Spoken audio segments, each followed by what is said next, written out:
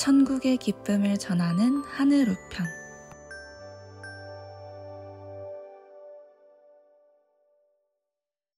다름을 이해하는 길. 저는 시각장애와 지체장애 두 가지를 모두 가지고 있기 때문에 늘 제가 이해받을 수 없는 존재라고 생각했습니다. 시각장애인들과 함께 있을 때는 지체장애에 대한 불편함을 이해받을 수 없었고, 지체장애인들과 있을 때는 시각적인 불편함을 이해받을 수 없었습니다. 더욱이 한 가지 장애를 가진 사람이 중복장애를 이해하기란 쉬운 일이 아닙니다. 그래서 장애에 있어서 저는 시각장애인 집단에도 지체장애인 집단에도 온전히 속할 수 없는 존재였습니다. 자기소개서를 쓰고 면접을 볼 때는 이런 저의 중복장애를 긍정적으로 비추기 위해 두 가지 장애가 있는 만큼 더 많은 사람들을 이해할 수 있다고 말하곤 했습니다. 그러나 사실 그건 틀린 말이었습니다. 왜냐하면 저 역시 단순 시각장애인들과 단순 지체장애인들의 삶을 이해하기 어려웠던 것은 마찬가지였기 때문입니다. 결국 각자의 어려움을 이해한다는 것은 거의 불가능한 일이라고 마침표를 찍게 되었습니다. 하지만 진리의 말씀을 들으며 장애권에 있는 사람들 뿐만 아니라 모든 사람들을 이해할 수 있는 길이 있다는 것을 발견하게 되었습니다. 저희 교회에 난청으로 인해 보청기를 사용하는 어린 자매가 있습니다. 그 자매는 7년 동안 보청기와 친해지지 못했다고 이야기하면서 이제는 난청이 하나님의 말씀에 집중하도록 도와준다는 것을 알게 되었다고 했습니다. 그 이야기를 듣고 갇혀있던 저의 인식이 열리게 되었습니다.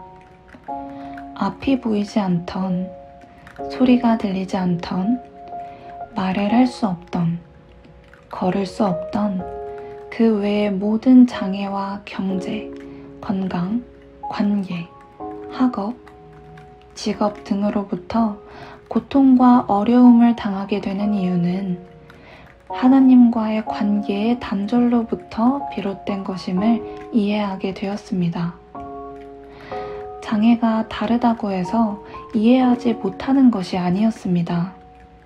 신체적 혹은 환경적으로 경험되어지는 힘듦은 다를 수 있지만 근본적인 문제는 그리스도의 필요를 채우지 못함으로부터 고통을 겪게 된다는 것입니다.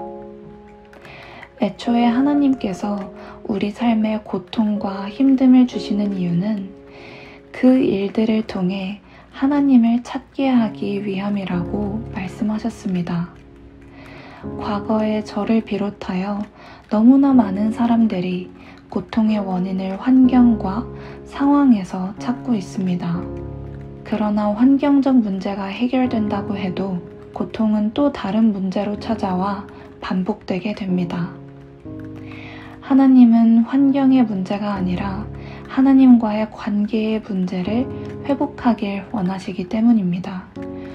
근원적인 부분을 밝혀주시니 어떤 사람이든 이해하지 못할 이유가 없다는 것을 알게 되었습니다. 그와 함께 그렇기 때문에 하나님의 말씀이 진리라고 하는 것임을 인정하게 되었습니다. 어떤 문제도 말씀으로 이해할 수 있고 말씀으로 풀어낼 수 있는 것입니다. 겉으로 다르게 보이는 것에 속아 사람들과 거리를 두고 분리되었던 저 자신을 알게 하심에 감사합니다. 언약의 성취하심으로 말미암아 모든 고통을 이미 그리스도께서 십자가에 처리해 주신 줄 믿습니다. 이제는 많고 다양한 사람들과 영적으로 관계하며 이해하길 원합니다. 새로운 생명을 주셨으니 새로운 관계를 허락하여 주시길 기도합니다. 아멘.